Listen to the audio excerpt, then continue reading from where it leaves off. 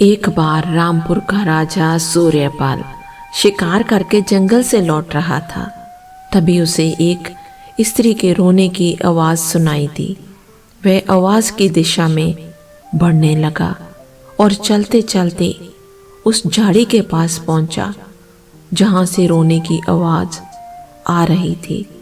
जब उसने उस स्त्री को देखा तो राजा सूर्यपाल उसकी ओर बढ़ा और पूछा, तुम कौन हो और इस वन में बैठकर क्यों रो रही हो? राजा का सवाल सुनकर उस औरत ने अपना चेहरा ऊपर उठाया। राजा सूर्यपाल उसे देखकर चौंक गया और सोचने लगा, इतनी सुंदर औरत मैंने अपने जीवन में कभी नहीं देखी। कुछ समय तक वह मंत्रमुग्ध होकर उस औरत को निहारता रहा। फिर उसने कहा, सुंदरी, तुमने मेरी बात का जवाब नहीं दिया। कृपया अपना परिचय दो और हमें ये बताओ कि तुम क्यों रो रही हो। हम रामपुर के राजा सूर्यपाल हैं, क्या पता हम तुम्हारे दुख को दूर कर सके। औरत ने कहा, राजन, मेरा नाम वर्णिका है। इस दुनिया में मेरा कोई नहीं है। आज मैं अपने अकेलेपन से तंग आकर इस सरोवर में कूदने आई हूँ। मरने से पहले मैं जहाँ कुछ देर बैठकर अपनी किस्मत पर आंसू बहा रही हूँ। जय कहकर वह युवती फिर से रोने लगी। उसे देखकर राजा सूर्यपाल ने कहा, वर्णिका, रो मत, चुप हो जाओ। कौन कहता है तुम्हारा इस दुनिया में कोई नहीं? जय सुनकर वर्णिका ने कहा, राजन, आप ही बताइए, इस विशाल दुनिया में मेरा कौन है? राजा सूर्यपाल ने उत्तर दिया, तुम हमें अपना समझ सकती हो। वो औरत बोली, राजन, मैं आपके कथन का मतलब नहीं समझी। राजा सूर्यपाल ने कहा, हम तुम्हारे रूप पर मोहित हो गए हैं और हम चाहते हैं कि तुम हमारी रानी बन जाओ।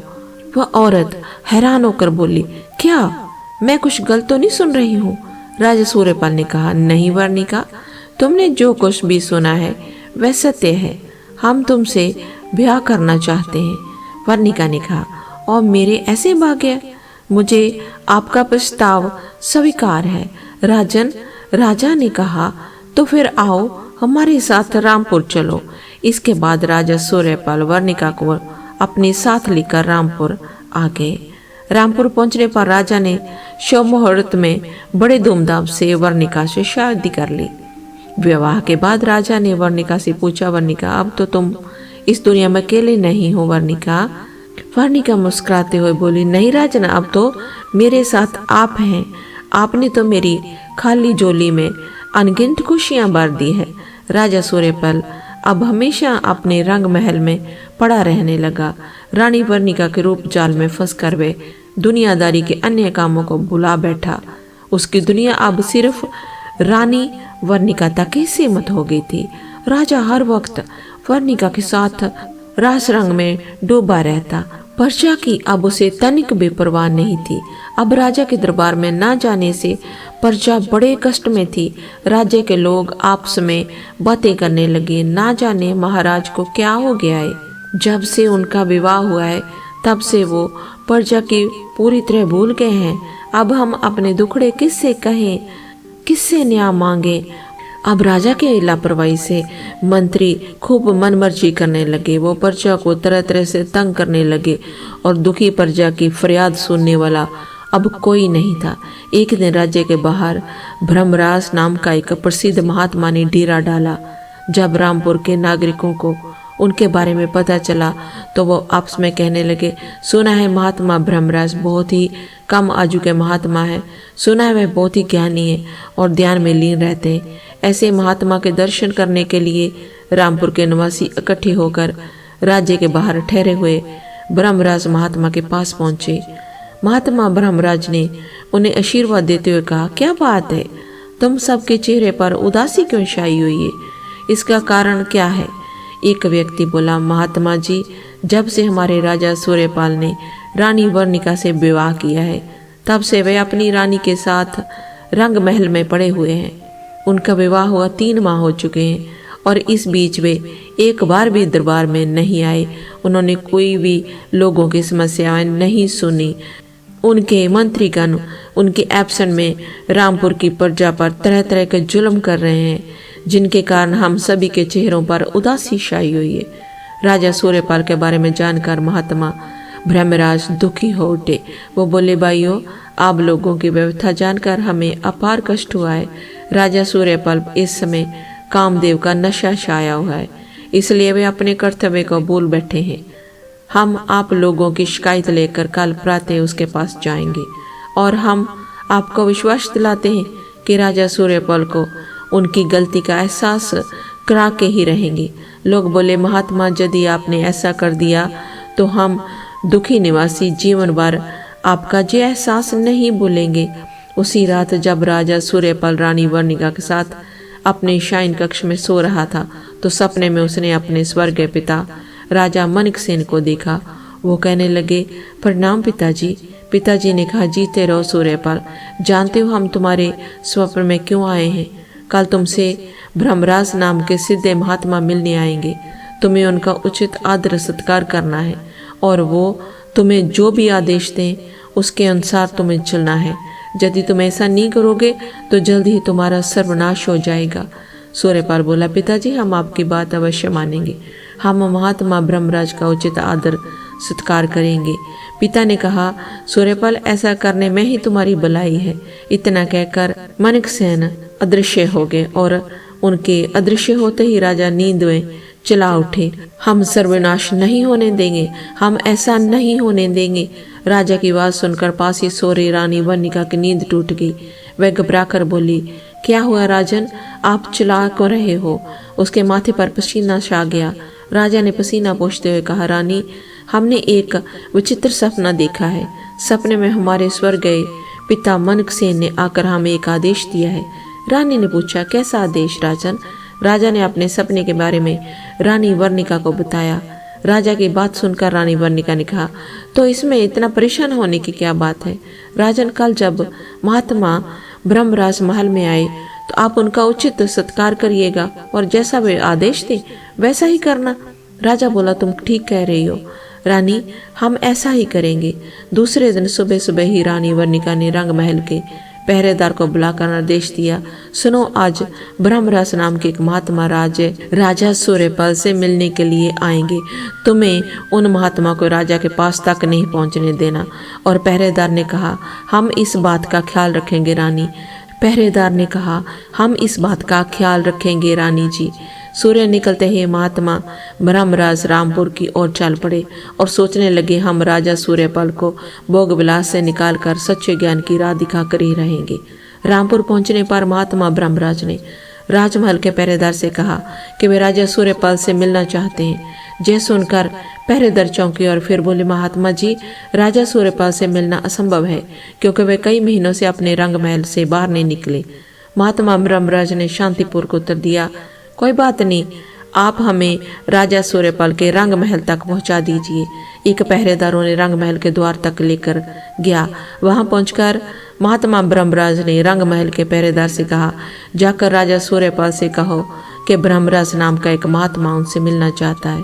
पहरेदार ने कहा, आप यहीं ठहरिए, हम अभी राजा को आपके आने की सूचना देकर आते हैं। जय कहकर वह महल के भीतर चला गया और कुछ देर बाद वह वापस लौटा और महात्मा से बोला, महात्मा, राजा सूर्यपाल इस समय नृत्य और संगीत की महफिल में व्यस्त हैं। महफिल खत्म होते ही वे आपसे मिलने आएंगे, तब तक आप यहीं रुककर उनका इंतजार करें। महात्मा ब्रह्मराज ने कहा, ठीक है, हम यहीं रुककर उनके आने का इंतजार करेंगे। अंदर रंग महल में सचमुच नृत्य और संगीत की महफिल सजी हुई थी। राजा सूर्यपाल रानी वर्णिका के साथ बैठकर नृत्य और संगीत का आनंद ले रहे थे। दूसरी ओर पहरेदार आपस में, महात्मा जी ना जाने कब तक महाराज की इंतजार करते रहेंगे। इधर महाराज रंग महल के द्वार पर खड़े हुए थे और अब सारा दिन गुजर गया। उन्होंने सोचा, लगता है कि राजा सूर्यपाल मुझसे मिलना नहीं चाहते, तभी तो सूचना भेजने के बावजूद वे मुझसे मिलने नहीं आए। अब मुझे जहाँ से वापस जाना चाहिए। ये सोचकर महात्मा ब्रह्मराज राजा से मिले बिना ही वापस लौट गए। उधर राजा सूर्यपाल मानी मन सोच रहा था कि आज सारा दिन बीत गया, लेकिन महात्मा ब्रह्मराज मुझसे मिलने नहीं आए। अब वे अपनी रानी वर्णिका से कहते, रानी, लगता है कल रात जो मैंने सपना देखा था वह अधूरा रह गया, तभी तो ब्रह्मराज नाम के महात्मा हमसे मिलने नहीं आए। उस रात जब राजा नींद में था तो उसने फिर से सपना देखा। स्वर्गीय राजा मनकसेन फिर से उसके स्वप्न में आए और बोले, सूर्यपाल, तुमने हमारी बात नहीं मानी, तुम ब्रह्मराज से मिले क्यों नहीं? राजा सूर्यपाल बोला, पिताजी, मैंने तो सारा दिन महात्मा ब्रह्मराज के आने का इंतजार किया, लेकिन वो मुझसे मिलने नहीं आए। पिताजी बोले, जे तुम्हारा भ्रम है सूर्यपाल, महात्मा ब्रह्मराज स्वयं तुमसे मिलने के लिए आए थे, लेकिन तुम नाच और रंग में इतने व्यस्त थे, वे चुपचाप लौट गए और तुम्हारे पहरेदार ने भी जानबूझकर उसके आने की सूचना तुम्हें नहीं पहुंचाई। तुम्हें फिर से चेतावनी दे रहा हूँ, कल तुम्हें महात्मा ब्रह्मराज से मिलने के लिए स्वयं उनके पास जाना होगा। याद रखो, अगर तुम ऐसा नहीं करोगे तो जीवन भर पछताओगे। राजा बोला, क्षमा करें पिताजी, महात्मा ब्रह्मराज महल में आए और मैं उनसे नहीं मिल सका। मैं आपको वचन देता हूँ, कल मैं स्वयं महात्मा ब्रह्मराज से मिलने जाऊंगा। दूसरे दिन राजा सूर्यपाल ने रानी वर्णिका से कहा, महारानी, मैं राज्य से बाहर ठहरे हुए महात्मा ब्रह्मराज से मिलने जा रहा हूँ। वर्णिका ने जवाब दिया, जय क्या महाराज, आप तो मैं आपके लिए विशेष तौर पर अपने हाथों पर मेहंदी लगवा रही हूँ और आज ही आप मुझे छोड़कर महात्मा के पास जा रहे हो। वर्णिका रूठ कर बैठ गई। जब राजा सूर्यपाल ने वर्णिका को बहुत मनाया तो अंत में वर्णिका ने कहा, ठीक है राजन, जब आप जाने की जिद कर ही रहे हो तो चले जाइए, पर मेरे हाथों पर लगी मेहंदी के सूखने से पहले ही आपको महल में वापस लौटना होगा। राजा ने कहा, ठीक है रानी, मैं आपको वचन देता हूँ कि मैं जल्द ही लौट आऊँगा। इसके बाद वर्णिका ने अनुमति लेकर राजा सूर्यपाल घोड़े पर बैठकर महात्मा ब्रह्मराज से मिलने के लिए चल पड़े। कुछ घंटों की यात्रा के बाद महात्मा ब्रह्मराज के पास पहुंचे। वह देखता है कि महात्मा ब्रह्मराज तो लोगों में घिरे हुए हैं। राजा घोड़े से उतरकर भीड़ को चीरते हुए महात्मा ब्रह्मराज के पास पहुंचा। हाथ जोड़कर वह कहने लगा, महात्मा, मैं आपसे क्षमा मांगता हूँ। आप कल मुझसे मिलने हमारे महल में आए, लेकिन हमारी मुलाकात आपसे ना हो सकी, इसका मुझे दुख है। सूर्यपाल की बात सुनकर महात्मा ब्रह्मराज मुस्कुराए और कुछ सोचकर कहने लगे, राजन, यदि तुम्हें सचमुच दुख है तो आओ मेरे साथ, पास ही मेरी कुटिया है, वहां चलकर मैं तुम्हें ज्ञान देता हूँ। फिर महात्मा ब्रह्मराज उठकर कुटिया की ओर चल पड़े और सूर्यपाल भी उसके पीछे चल पड़ा। सूर्यपाल ब्रह्मराज के पीछे चल रहा था, लेकिन वह मन ही मन सोच रहा था कि जे मैं कहाँ आ फंसा, मैं तो भोग विलास करने वाला हूँ और जे महात्मा मुझे ज्ञान की शिक्षा देना चाहते हैं। कुटिया में पहुंचकर ब्रह्मराज ने सूर्यपाल से कहा, राजन, तुम्हें आराम और शान और शौकत का जीवन अच्छा लगता है? राजा बोला, हाँ महात्मा। महात्मा ब्रह्मराज बोले, आओ मैं तुम्हें स्वर्ग ले चलता हूँ। जैसे उनका राजा चौंक कर बोला, क्या सच में ऐसा हो सकता है? महात्मा बोले, हाँ, क्यों नहीं। सूर्यपाल, तुम अपनी आंखें बंद कर लो, 1 मिनट के बाद आंखें खोलना, तब तुम अपने आप को स्वर्ग में खड़ा पाओगे। सूर्यपाल ने तुरंत अपनी आंखें बंद कर ली। 1 मिनट बाद जब उसने अपनी आंखें खोली तो वह खुद को एक भव्य नगरी में खड़ा हुआ पाया। वह हक्का बक्का होकर चारों ओर देखने लगा। जय महात्मा ब्रह्मराज की माया थी जो उसे स्वर्ग के दर्शन करा रही थी। वह सोचने लगा, क्या यही स्वर्ग है? वह हैरानी से चारों ओर देख ही रहा था कि एक बहुत ही सुंदर स्त्री उसके पास आकर बोली, कौन हो तुम? सूर्यपाल बोला, मैं पृथ्वी लोक का निवासी और रामपुर का राजा सूर्यपाल हूँ, लेकिन आप कौन हैं? ये कौन सी नगरी है? उस औरत ने कहा, तुम स्वर्ग लोक में खड़े हो राजा सूर्यपाल, और मैं इंद्र के दरबार की सबसे सुंदर अप्सरा मेनका हूँ। राजा बोला, ओ, तो तुम हो मेनका, तुम्हारे रूप के चर्चे तो पृथ्वी लोक तक फैले हुए। सूर्यपाल मंत्रमुग्ध होकर मेनका की ओर देखता रहा। उसे इस प्रकार अपनी ओर निहारते देख मेनका ने कहा, राजन, आप मुझे इस तरह क्यों देख रहे हो? राजा ने कहा, मेनका, तुम्हारा रूप ही ऐसा है। सूर्यपाल की बात सुनकर मेनका खिलखिलाकर हंसते हुए बोली, राजन, आज से आप मेरे अतिथि हैं, आइए मेरे साथ मेरे महल में चलिए। इतना कहकर मेनका ने स्वयं ही उसका हाथ पकड़ लिया और उसे अपने साथ लेकर चल पड़ी। उसके पीछे चलता हुआ सूर्यपाल सोच रहा था, मैं कितना भाग्यवान हूँ। स्वर्गलोक में आते ही स्वर्गलोक की सबसे सुंदर अप्सरा मेनका मुझ पर मेहरबान होकर मुझे अपना अतिथि बनाकर अपने महल में ले जा रही है। और अपने महल में पहुंचकर मेनका ने उसे कक्ष में ले जाकर कहा, राजन, जे आपके रहने का कक्ष है। राजा बोला, वाह, ऐसा सुंदर कक्ष तो हमारे महल में एक भी नहीं है। सूर्यपाल कक्ष की सुंदरता में पूरी तरह खो गया। अब मेनका ने उसे कहा, राजन, अब आपकी जो भी इच्छा हो वो मुझसे कहिए, मैं तुरंत ही आपकी इच्छा पूरी करूंगी। राजा सूर्यपाल ने कहा, मेनका, हमने सुना है कि इंद्र की सभा में तुम बहुत अच्छा नृत्य करती हो। हम उसी नृत्य को अपनी आंखों से देखना चाहते हैं। सूर्यपाल के आग्रह पर मेनका ने एक सुंदर और मनोहर नृत्य किया। अब राजा सूर्यपाल मेनका के महल में ही रहने लगा और मेनका भी हर समय उसकी सेवा में लगी रहती। एक दिन जब मेनका उसके पांव दबा रही थी तो सूर्यपाल ने सोचा, मेरी इतनी सेवा तो रानी वर्णिका भी नहीं करती थी और ना ही रानी वर्णिका मेनका के सामने रूपवती है, क्यों ना मैं मेनका से ब्याह कर लूं। सूर्यपाल को अपने विचारों में खोया देखकर मेनका ने उसका कारण पूछा। राजन, क्या सोच रहे हो? क्या पृथ्वी लोक की याद आ रही है? राजा ने कहा, नहीं नहीं मेनका, ऐसी कोई बात नहीं है। मैं सोच रहा था यदि तुम्हारा और हमारा विवाह हो जाए तो हमारा जीवन सफल हो जाएगा। राजा की बात सुनकर मेनका थोड़ी देर के लिए चुप हो गई। फिर उसने कुछ सोचकर कहा, राजन, शायद आप भूल गए हैं कि जिस स्वर्गलोक है और स्वर्गलोक के नियम के अनुसार कोई भी अप्सरा किसी पृथ्वीवासी से ब्याह नहीं कर सकती। यह सुनकर राजा सूर्यपाल के चेहरे पर निराशा छा गई। उसे निराश देखकर मेनका ने कहा, राजन, निराश मत होइए। देवराज इंद्र की मुझ पर विशेष कृपा है। मैं आपसे विवाह करने के बारे में देवराज इंद्र से बात करूंगी। मुझे विश्वास है कि वो मेरी बात नहीं टालेंगे और स्वर्गलोक के नियम के ढील देकर हमारा विवाह करवा देंगे। राजा सूर्यपाल ने कहा, तब तो मेनका, तुम आज ही देवराज इंद्र के पास जाकर इस विषय में बात कर लो। अभी वो दोनों इस प्रकार की बात कर ही रहे थे, तभी देवराज इंद्र के विशेष दूत ने वहां प्रवेश किया और मेनका से कहा, मेनका, तुम बहुत दिनों से देवराज इंद्र के दरबार में हाजिर नहीं हुई, तो देवराज इंद्र इस बात से बहुत नाराज है और उन्होंने तुम्हें इस समय बुलाया है।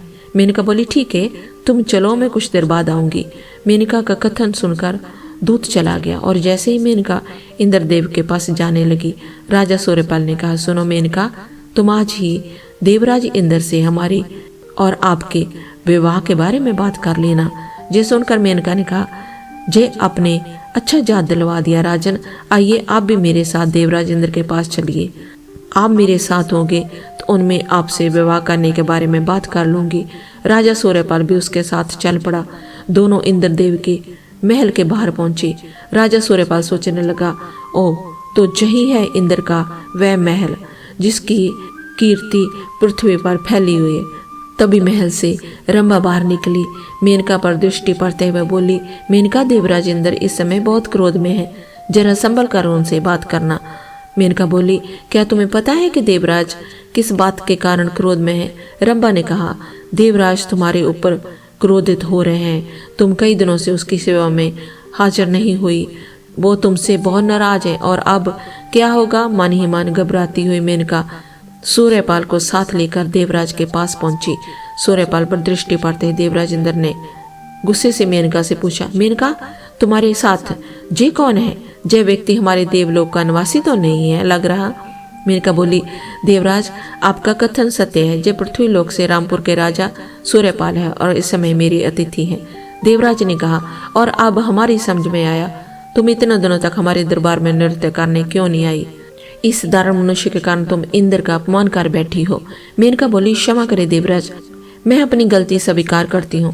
देवराज बोले, मेनका, हमारी शान में जो भी गुस्ताखी करता है उसकी सजा केवल एक ही है, वह है सजाए मौत। मेनका के मनोहारी का इंद्र पर कोई असर नहीं हुआ। उसने तत्काल जलाद को बुलाकर आदेश दिया, जलाद, तुरंत ही इन दोनों की गर्दन उड़ा दो।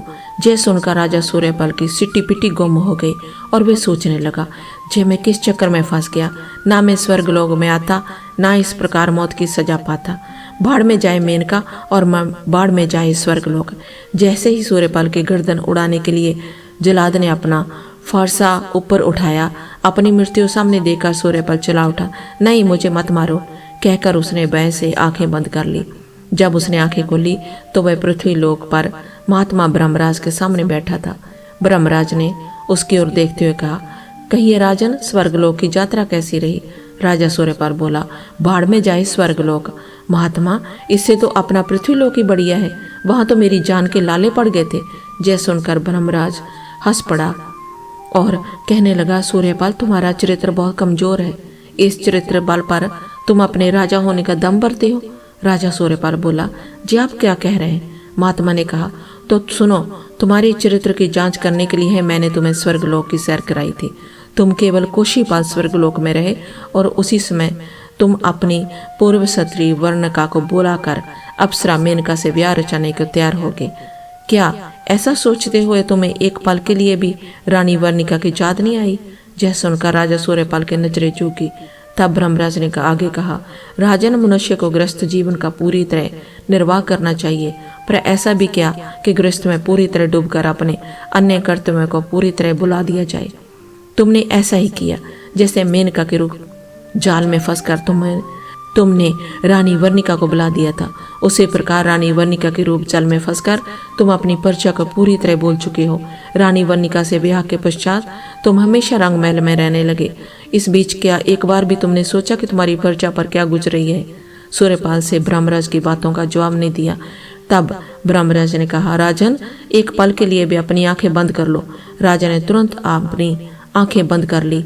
अगले ही पल जब उसने आंखें खोली तो वह बुरी तरह चौंक गया। उसने देखा कि उसी की शक्ल का एक व्यक्ति उसके सामने बैठा है। कौन है आप? आपकी शक्ल तो हूबहू हमारी शक्ल से मिलती है। महात्मा ब्रह्मराज कहाँ गए? ये सुनकर वहां बैठे उसके हम शक्ल ने मुस्कुराते हुए कहा, हैरान ना हो राजन, मैं ही महात्मा ब्रह्मराज हूँ। राजा बोला, ये कैसे हो सकता है? कुछ सोचकर वह ब्रह्मराज से बोला, लेकिन आपकी सूरत तो हूबहू हमसे मिलती है। महात्मा बोले, हम दोनों की सूरतों में तो समानता है, लेकिन क्या तुमने ये सोचा है कि हमारी सीरत में कितनी भिन्नता है? तुम सुख और ऐश्वर्य में रहने वाले हो, मैं एक सन्यासी हूँ। सूर्यपाल की समझ में ब्रह्मराज की बात नहीं आई। तब ब्रह्मराज ने उससे कहा, सूर्यपाल, अब मैं तुम्हें बताता हूँ हमारी सूरत में इतनी समानता कैसे है। ये सुनकर सूर्यपाल उत्सुकता से ब्रह्मराज की ओर देखने लगा। फिर ब्रह्मराज ने उसे बताया कि सच्चाई ये है, तुम और मैं दोनों जुड़वा भाई हैं। सूर्यपाल बोला, क्या ये संभव है? हम तो अपनी माँ की कोख से अकेले ही पैदा हुए थे। सूर्यपाल हैरान हो गए। तब ब्रह्मराज ने कहा, तुम्हारी शंका को दूर करने के लिए मैं तुम्हें हमारे जन्म से पहले की कथा सुनाता हूँ। यह उस समय की बात है जब मैं और तुम अपनी माँ महारानी लक्ष्मी के गर्भ में थे। एक दिन हमारे पिताजी महाराज राजा मानकसेन अपनी पत्नी महारानी लक्ष्मी के साथ वन में भ्रमण करने के लिए गए थे। वे दोनों वन की सुंदरता का आनंद ले रहे थे और आगे बढ़ रहे थे। महारानी बोली, कैसा मनमोहक दृश्य है। महाराज, चारों ओर हरियाली ही हरियाली है। सचमुच वन की मोहिक सुंदरता ने हमें आनंदित कर डाला है। इस तरह की बातें करते हुए वे आगे बढ़ रहे थे। तभी अचानक पीड़ा से करार कराते हुए महारानी लक्ष्मी ने राजा मानकसेन से कहा, महाराज, मुझे पेट में बहुत पीड़ा हो रही है। राजा मानकसेन बोले, ओ महारानी, इस निर्जन वन में हम तुम्हारी चिकित्सा कैसे कर सकते हैं? जय सुनकर राजा मानकसेन रात से उतरकर परेशानी से टहलने लगे और कोशिश चरणों में राजा मानकसेन को नवजात शिशु के रोने की आवाज सुनाई दी। रात के पास पहुंचकर वह महारानी लक्ष्मी से बोले, महारानी, क्या खुशखबरी है? महारानी बोली, महाराज, बधाई हो, आप एक साथ 2 बच्चों के पिता बन गए। मतलब ये है कि महाराज, हमने जुड़वा पुत्रों को जन्म दिया है। राजा मानकसेन बोले, ओह, तब तो हमारी खुशी दुगनी हो गई। लाओ, हमारे पुत्रों को हमारी गोद में दे दो। महारानी लक्ष्मी ने दोनों पुत्रों को राजा मानकसेन की गोद में रख दिया। राजा मानकसेन दोनों शिष्यों को स्नेह से देख रहे थे। तभी उनके रथ के पास एक महर्षि गुजरे। जैसे उनकी दृष्टि राजा मानकसेन के पर पड़ी, वे कहने लगे, राजन, इन दोनों बच्चों से इतना स्नेह मत करो। ये दोनों बच्चे तुम्हारे राज्य और प्रजा के लिए काल के समान है। राजा ने पूछा, महर्षि, ये आप क्या कह रहे हैं? महर्षि बोले, राजन, आपने कपिल महर्षि का नाम तो सुना ही होगा। राजा ने कहा, हाँ महर्षि, सुना है। वे जो भी भविष्यवाणी करते हैं वे सत्य सिद्ध होती है। महर्षि बोले, हम वही कपिल महर्षि हैं।